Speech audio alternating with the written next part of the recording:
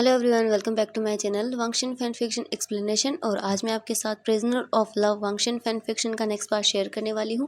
अगर आप मेरे चैनल पे न्यू हैं तो प्लीज़ मेरे चैनल को सब्सक्राइब कर दीजिएगा, वीडियो को भी लाइक कर दीजिएगा फॉर मोर वांगशिन एफएफ। तो चलिए फ्रेंड्स, आज का पार्ट हम शुरू करते हैं।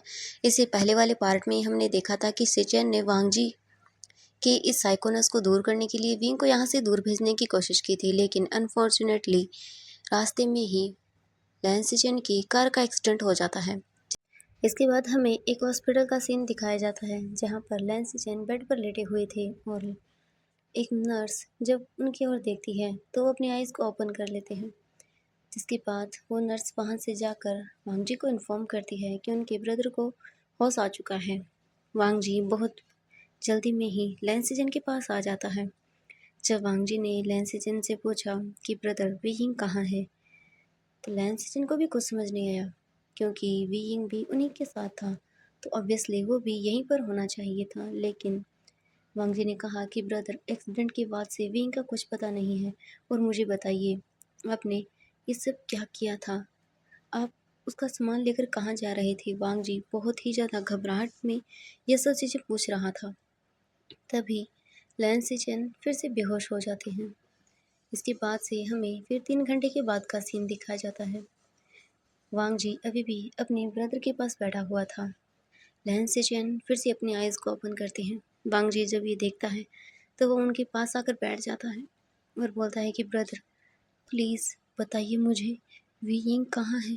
प्लीज़, वो मुझे नहीं मिल रहा। प्लीज़ ब्रदर बता दीजिए कहाँ है वो? लैंसिचेन ने अपनी आइज़ को कसकर बंद कर लिया और उसके पास लैंसिचेन ने जो भी हुआ था वो सब बता दिया। वांग जी ये सुनकर हैरान हो गया। वांग जी को कुछ समझ नहीं आया कि उसके ब्रदर उसे विंग से दूर कर रहे थे।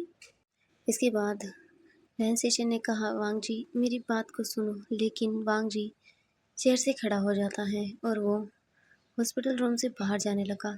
तो लैंसिचेन बहुत घबरा गए।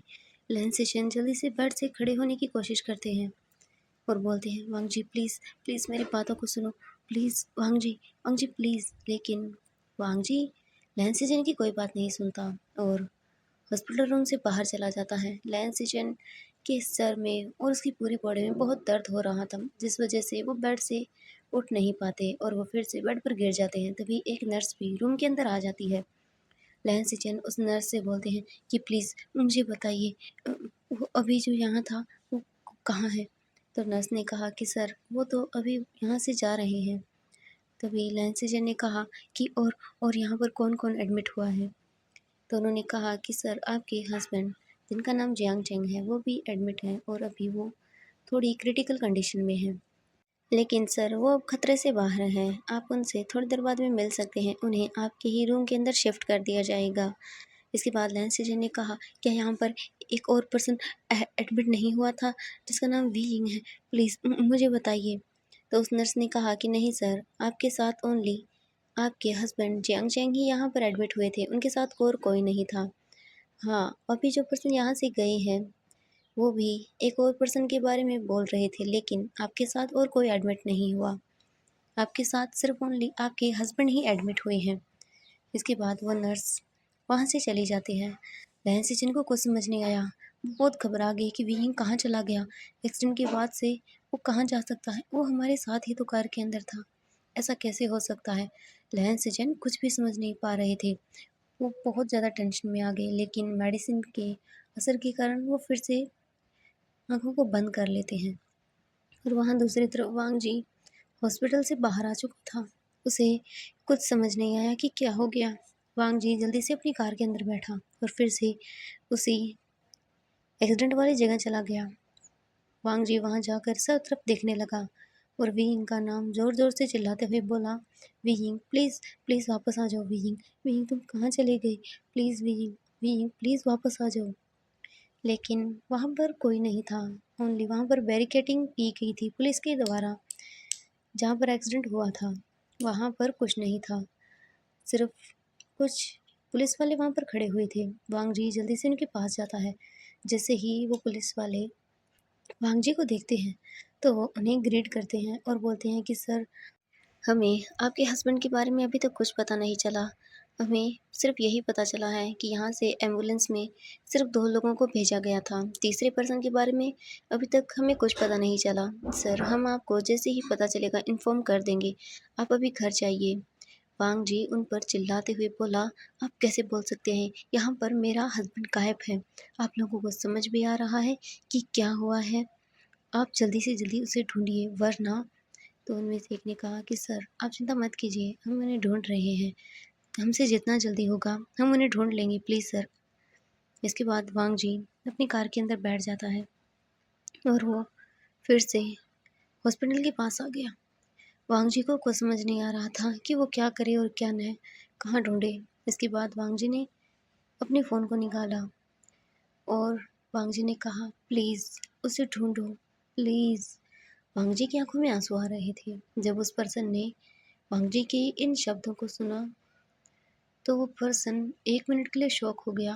उसके हाथ से उसका फ़ोन नीचे गिर गया। कुछ टाइम के बाद वो पर्सन अपने होश के अंदर आया और बोला, सर, आप ये सब मत बोलिए, हम उन्हें ढूँढते हैं। उस पर्सन ने पहली बार वांग जी के मुँह से प्लीज़ शब्द सुना था। उस पर्सन को बहुत ही ज़्यादा बुरा फ़ील हो रहा था। जो पर्सन आज तक सिर्फ़ लोगों पर चिल्लाता है, आज वो प्लीज़ बोल रहा था। ये बहुत बड़ी बात थी। इसके बाद उसने कहा कि सर, आप चिंता मत कीजिए, हमसे जितना जल्दी होगा हम उन्हें ढूँढेंगे। ये बोलकर उस पर्सन ने कॉल कट कर दिया। वांग जी वहीं हॉस्पिटल के सामने खड़ा रहा। तभी उसके अंकल लैनचेरन भी वहाँ आ गए।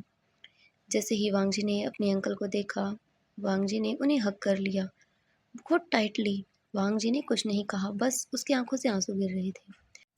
लाइनचरण ने जब वांग जी को ऐसे रोते हुए देखा तो उसने कहा, वांग जी रो मत प्लीज़, सब ठीक हो जाएगा, ठीक है? मैं हूँ ना तुम्हारे साथ, प्लीज़ सब ठीक हो जाएगा वांग जी प्लीज़ रो मत। इसके बाद वांग जी ने अपने अंकल को छोड़ दिया। वांग जी के अंकल ने कहा कि वांग जी, तुम्हारा ब्रदर कहाँ है? वांग जी ने कुछ नहीं कहा। इसके बाद लाइनचरण ने फिर से कहा, वांग जी प्लीज़ अपने आप को संभालो। इसके बाद वांग जी ने कहा कि ब्रदर ऊपर हैं, आप जा सकते हैं। लैनचीरन ने कहा, वांग जी तुम भी मेरे साथ चलो। इसके बाद वांग जी ने कुछ नहीं कहा और वो भी अपने अंकल के साथ हॉस्पिटल रूम के अंदर चला गया। लैनचीरन जब वह सिचन को ऐसे देखते हैं तो उनकी आंखों से भी आंसू गिरने लगते हैं। लैन सिचन बहुत बुरी कंडीशन में था। उन्होंने डॉक्टर से पूछा कि ये कब तक ठीक हो जाएंगे, तो डॉक्टर ने कहा कि इन्हें ठीक होने के अंदर लगभग 15 से 20 दिन लग जाएंगे। तभी वहाँ पर जियांग चैंग को भी शिफ्ट कर दिया जाता है। जियांग चैंग की हालत भी बहुत ज़्यादा बुरी थी। उसे भी काफ़ी ज़्यादा चोटें आई थीं और वो अभी तक बेहोश था। इसके बाद वांग जी रूम से फिर से बाहर चला जाता है। लैन चिरेन ने कहा, वांग जी प्लीज़ मेरी बात सुनो, वे यिंग हमें मिल जाएगा, तुम चिंता मत करो, ठीक है? हम उसे ढूंढ लेंगे। वांग जी ने कुछ नहीं कहा। उसे तो यकीन नहीं हो रहा था कि उसके ब्रदर वी यिंग को उससे दूर करना चाहते थे। ऐसा क्यों? हाँ, वो मानता है कि वो वी यिंग को टॉर्चर करता था, कभी-कभी उस पर गुस्सा भी कर लेता था, उसे रूम के अंदर बंद रखता था, लेकिन इस तरह से उसे वी यिंग से दूर करना, ये वांग जी को बिल्कुल भी पसंद नहीं आया। वांग जी गुस्सा करे भी तो करे किस पर? उसे कुछ समझ नहीं आया। वांग जी अपनी कार को लेता है और वहाँ से फिर से वो चला जाता है। इसी तरह से लगभग 10 दिन बीत गए, लेकिन वांग जी अपने ब्रदर से मिलने नहीं आया।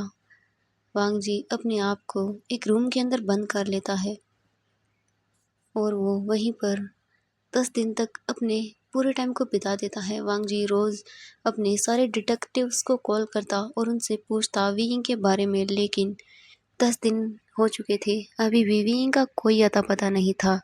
और वहाँ लैन चिरेन बहुत ज़्यादा परेशान हो रहे थे वांग जी की हालत को लेकर, और सिचेन बहुत ज़्यादा गिल्ट के अंदर थे। वो इस तरह से तो वांग जी से वीइंग को दूर नहीं करना चाहते थे। उन्होंने सोचा कुछ अच्छा था, लेकिन हो गया इतना बुरा। सिचेन अपने आप को कभी माफ़ नहीं कर पाएगा कि उसकी वजह से वी यिंग का कुछ अता पता नहीं है, वो कहाँ है, किस हाल में है, किस कंडीशन में है, कुछ भी नहीं पता। जियांग चैंग के होश में आने के बाद जब उसे भी सब चीज़ों का पता चला तो वो भी बहुत गिल्ट में था कि उसकी वजह से आज फिर से वी यिंग न जाने कहाँ चला गया है। वो हर बार क्यों वी यिंग को प्रोटेक्ट करने के अंदर फेल हो जाता है। क्यों वांग जी न जाने अपनी कितनी बुरी हालत कर लेता है। मेड ने उसे बहुत बार खाना खिलाना चाहा लेकिन वांग जी ने बहुत कम ही बार खाना खाया था। वांग जी बहुत कमज़ोर हो चुका था। उसकी हालत बहुत ज़्यादा बुरी हो रही थी। लैन सिचन को जब ये सब पता चला तो वो जल्द से जल्द घर आना चाहते थे लेकिन लैन सिचन को हॉस्पिटल से लीव नहीं मिली। इसके बाद जब 15 दिन हो गए तब जाकर लैन सिचन को हॉस्पिटल से लीव मिल गई और जियांग चैंग को भी। जियांग चैंग और लैन सिचन ने भी एक दूसरे से बहुत कम बातें की थी क्योंकि वो दोनों ही बहुत ज़्यादा गिल्ट के अंदर थे। वो कुछ चाहते अच्छा करना थे लेकिन हो गया इतना बुरा। किसी को भी नहीं पता था कि ये सब हो जाएगा। लैन सिचन और जियांग चैंग जब वापस से अपने घर आए तब उन्हें मेड ने जो बताया उसे सुनकर लैन सिचन और भी ज़्यादा परेशान हो गई। उन्होंने बताया कि वांग जी ने इन 10 दिनों के अंदर 2 या 3 बार डोर को ओपन किया है अपने रूम के। वो पूरा दिन अपने रूम के अंदर बैठे रहते हैं। एक बार भी उन्होंने डोर को नहीं खोला और न ही वो रूम से बाहर आते हैं।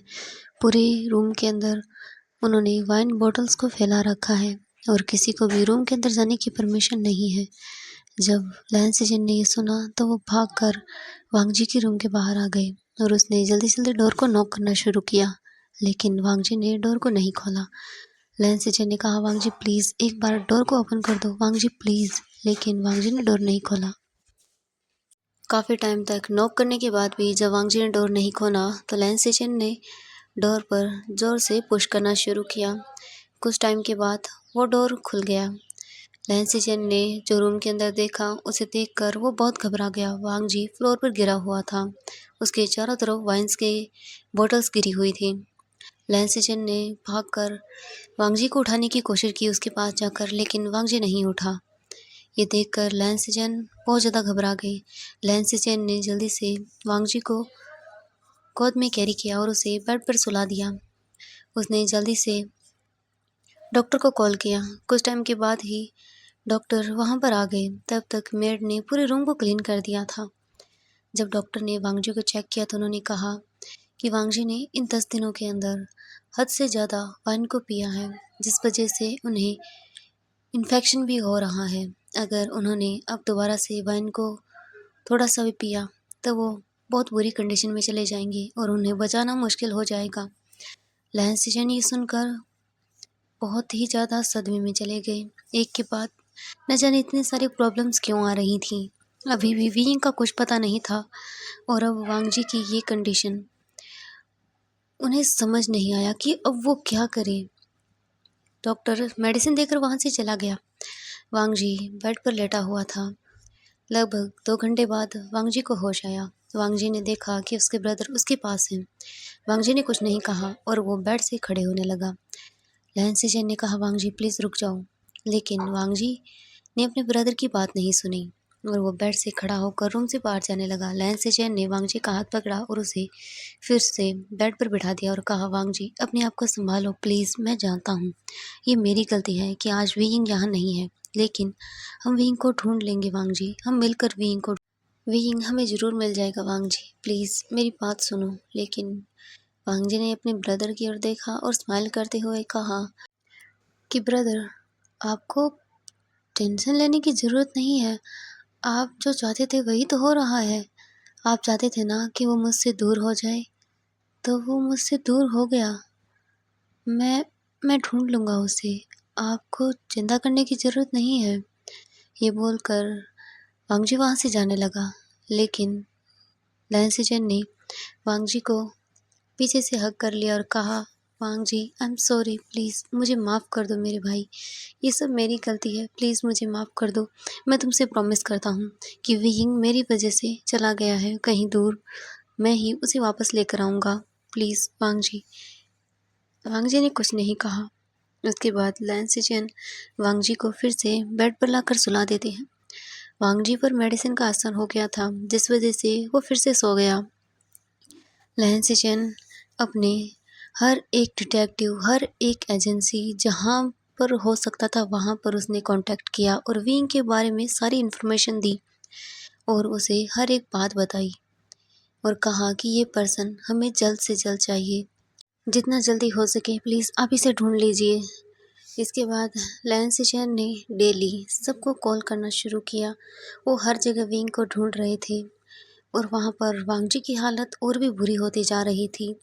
दिन पर दिन बीत रहे थे लेकिन विंग के बारे में कुछ भी नहीं पता चल रहा था। ऐसे लग रहा था जैसे विंग उसके बाद से कहीं गायब हो गया हो। कोई चाहता ही नहीं कि विंग वापस आए। वांग जी दिन ब दिन अपनी हालत को ख़राब करते जा रहा था। 2 महीने बीते, 3 महीने बीते लेकिन विंग के बारे में कोई पता नहीं था। सब लोगों ने उम्मीद छोड़ दी थी कि विंग अब कभी मिलेगा भी, लेकिन वांग जी इन 1.5 महीनों 2 महीनों के अंदर धीरे-धीरे बदलता जा रहा था। उसके अंदर से इमोशन ख़त्म हो रहे थे। उसके अंदर किसी काम को लेकर, किसी चीज़ को लेकर वो सब चीज़ें ख़त्म हो रही थी कि उसे करना है, नहीं। वो अपने आप को खोता जा रहा था दिन ब दिन। इसी तरह से लगभग 1 साल बीत गया। वेइंग के बारे में लगभग सब लोग भूल चुके थे कि वेइंग एग्ज़िस्ट भी करता था। सिर्फ़ वांग जी, सिचेन और जियांग चेंग यही वेइंग को कभी भूल ही नहीं पाए और जब दूसरी तरफ यानली को ये सब पता चला, तो उसने सब लोगों से दूरियां बना ली। वो अपने भाई को लेकर बहुत ज़्यादा पॉसेसिव थी। उसने वांग जी से भी कुछ नहीं कहा क्योंकि ये गलती वांग जी की भी नहीं थी। न जाने वेइंग कहाँ चला गया था। वेइंग तो मानो गायब ही हो गया था। 1 साल बीत गया। इस 1 साल में वांग जी हद से ज़्यादा बदल गया। वांग जी के अंदर से इमोशन ख़त्म हो चुके थे। वांग जी ज़्यादा से ज़्यादा अपने ऑफ़िस के अंदर अपने टाइम को बिताने लगा था। वो घर भी नहीं जाता था क्योंकि घर अब वो जाए तो किसके लिए जाए, जिसके लिए वो घर जल्दी जाना चाहता था। अब तो वो ही घर पर नहीं था, तो वो किसके लिए जाए। वांग जी सब चीज़ें समझ चुका था। वांग जी को कुछ महीने पहले ही विंग की एक डायरी मिली थी जिसमें उसने हर छोटी-सी बात, हर बड़ी बात जो भी वांग जी से वो नहीं कह पाता था, हर एक चीज़ उसने स्केच के ज़रिए वहाँ पर बताई हुई थी। उन ड्राइंग्स को देखकर वांग जी को पता चला कि वियिंग किस ट्रॉमा से गुज़रता था जब वांग जी वो सब करता था। वियिंग की क्या ख्वाहिशें थी, वियिंग क्या चाहता था, उसे वो हर एक बात, हर एक चीज़ पता चली। लेकिन क्या फ़ायदा, अब वो पर्सन ही नहीं था जो वो ये सब बातें वांग जी से करना चाहता था। वांग जी को बहुत गिल्टी फ़ील होता था कि उसने विंग को क्यों नहीं समझा, क्यों उसकी फीलिंग्स की केयर नहीं की, क्यों हर बार वही किया जो उसे करना था, क्यों उसने विंग से एक बार भी अच्छे से बैठकर बात नहीं की। भले ही विंग बोल नहीं पाता था लेकिन वो कुछ ना कुछ तो करता, चाहे वो कुछ भी करता लेकिन वो विंग से कुछ तो शेयर कर पाता अपना, लेकिन ऐसा कुछ नहीं हुआ। अब वो पर्सन ही नहीं है। लोग सच कहते हैं, किसी के जाने के बाद ही हमें उसकी कदर होती है। बीइंग का जाना वांग जी को पूरी तरह से बदल गया। वांग जी अपने आप को खो चुका था बिल्कुल। पहले वाला ये था ही नहीं वांग जी। किसी से ऊँची आवाज़ में बात करना बिल्कुल नहीं, एकदम शांत बन चुका था। इन 1 साल में वांग जी ने अपने आप को बिल्कुल ही खो लिया। वांग जी अपने ब्रदर से दूर हो चुका था। अपने ब्रदर से ही क्या, वो तो अपनी पूरी फैमिली से दूर हो चुका था। वांग जी ने 2 महीने से अपने ब्रदर का फेस तक नहीं देखा, ना ही वो अपने घर गया। अपना आधे से ज़्यादा टाइम वो ऑफ़िस में या फिर ऐसे ही सड़कों पर बिताता है। उसे परवाह ही नहीं है और वांग जी हद से ज़्यादा वाइन पीता है। इसी तरह अपनी तबीयत को ख़राब करता रहता है। वांग जी बहुत बुरी कंडीशन में है, ये बात सिर्फ़ लैन सिचेन जानता है। लेकिन उसने बहुत कोशिश की अपने भाई को फिर से पहले जैसे करने की, लेकिन वो नहीं कर पाया। वी यिंग अपने साथ वांग जी को भी लेकर गया था। उसे किसी चीज़ की परवाह ही नहीं थी। इसी तरह वांग जी अपनी कार में बैठा हुआ अपने ऑफिस की ओर जा रहा था। तभी उसकी नज़र एक मॉल के अंदर लगी हुई एक बैनर पर जाती है, जिसे देखकर वो शॉक हो गया। वांग जी ने जल्दी से कहा, ड्राइवर कार को रोको। वांग जी कार से उतरकर भागकर उस मॉल पर लगे हुए उस पोस्टर के पास जाकर खड़ा हो गया। वांग जी को न जाने क्यों वो पर्सन जो उस स्केच में था वो बहुत फेमिलियर लगा। जो वहाँ पर लिखा हुआ था वो बहुत फेमिलियर लगा। उस पर कुछ ऐसा लिखा हुआ था जिसे देखकर वांग जी को वीइंग की याद आने लगी, क्योंकि वांग जी ने जब वीइंग की वो डायरी रीड की थी तब उस डायरी पर वांगशन नाम लिखा हुआ था। वीइंग ने हर बार वांगशन का बहुत बार उस डायरी के अंदर जिक्र किया था, जिसमें उसने वांगशन का मतलब भी वहाँ पर लिखा हुआ था। वांगशन का मतलब वांग जी और वीइंग था। ये बात सिर्फ वीइंग जानता है कि इस वर्ड का मतलब क्या है, और दूसरा सिर्फ वांग जी जो स्केचेस वहाँ पर थे वो भी वांग जी समझ गया था कि ये वीइंग का स्केच है, और ये दूसरा जो स्केच है वो वांग जी का है। भले ही इसमें बहुत ज़्यादा डिफरेंस है, लेकिन वांग जी समझ चुका था। इसके बाद वांग जी वापस से अपनी कार के अंदर आया और वो जल्दी से अपने ऑफिस के अंदर गया और अपने फ़ोन से उस बैनर की फ़ोटो निकाली और उसे नेट पर सर्च करने लगा। वांग जी ने जो देखा उसे देखकर वो हैरान हो गया।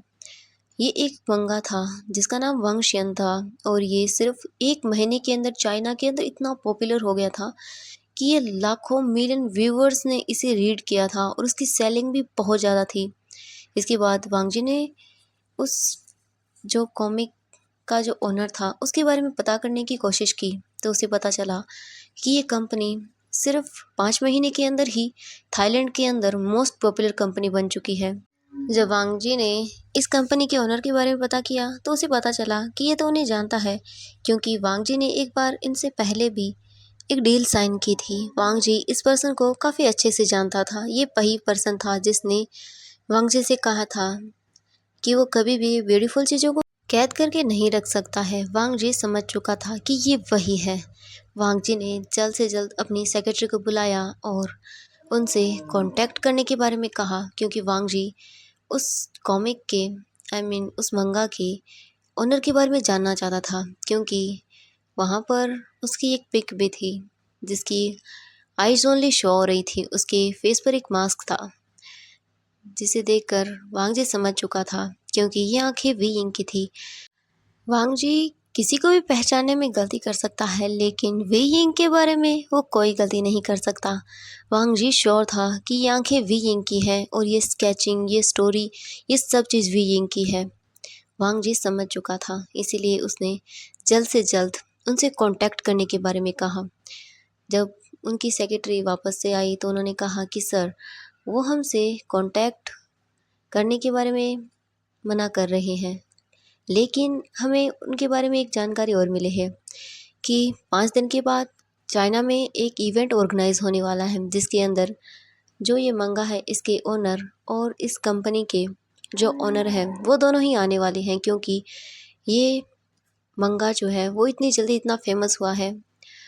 उनकी फ्रेंड्स के डिमांड पर ये इवेंट ऑर्गेनाइज किया गया है, जिसके टिकट्स अभी से इतने ज़्यादा सेल हो चुके हैं कि टिकट्स भी बंद हो चुके हैं। अब ओनली ऑनलाइन बुकिंग्स हो रही हैं और वो भी हाथों हाथ बिक रही हैं।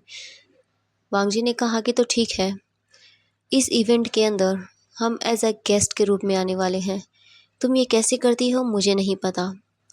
तो वांग जी की सेक्रेटरी ने कहा कि जी सर, आप चिंता मत कीजिए, सब चीज़ें फाइनल हो जाएंगी। इसके बाद वांग जी जल्दी से अपने ऑफिस से बाहर आ गया। वांग जी आज बहुत खुश था, क्योंकि इतने दिनों बाद उसे विंग के बारे में कुछ पता चला। वांग जी को भले ही अभी कुछ नहीं पता कि क्या हुआ, अगर वो विंग है तो वो वापस क्यों नहीं आया, क्या वजह थी क्या नहीं वजह, और विंग वहाँ कैसे गया, ये सब चीज़ों के बारे में वांग जी इस फिलहाल कुछ नहीं जानना चाहता था। उसके लिए सबसे बड़ी चीज़ तो यही थी कि विंग के बारे में उसे कुछ तो पता चला। भले ही 1 साल हो गया, सब लोग उम्मीद छोड़ चुके थे कि वीइंग अब इस दुनिया में है भी, लेकिन वांग जी ने कभी उम्मीद नहीं छोड़ी। तो फ्रेंड्स आज के लिए बस इतना ही। नेक्स्ट पार्ट के लिए वेट कीजिएगा। Thank you so much friends मेरी वीडियो देखने के लिए। तो हमें नेक्स्ट पार्ट में देखना होगा कि वीइंग वहाँ कैसे चला गया। क्या वांग जी सही सोच रहा है कि वो वीइंग ही है? अगर वो वीइंग है तो वो वापस क्यों नहीं आया? इसकी क्या वजह है? और आखिरकार ये पर्सन कौन था जिसने वीइंग को बचाया होगा? तो चलिए फ्रेंड्स, और वीइंग इतना बड़ा कॉमिक राइटर कैसे बन गया ये भी हमें नेक्स्ट पार्ट के अंदर पता चलेगा। तो हम इसके बाद हम एक न्यू वीइंग को देखेंगे। तो चलिए फ्रेंड्स, बाय बाय। और आज का पार्ट आप लोगों को कैसा लगा मुझे ज़रूर बताना। अभी भी मेरा गला ख़राब है लेकिन मुझे वीडियो बनानी पड़ रही है। आप लोग मुझे इतना कमेंट करते हैं कि मैं क्या करूं। तबीयत भले ही ख़राब है लेकिन कोई बात नहीं, आप लोगों के लिए मैं इतना तो कर ही सकती हूँ। तो bye bye friends, thank you so much मेरी वीडियो देखने के लिए।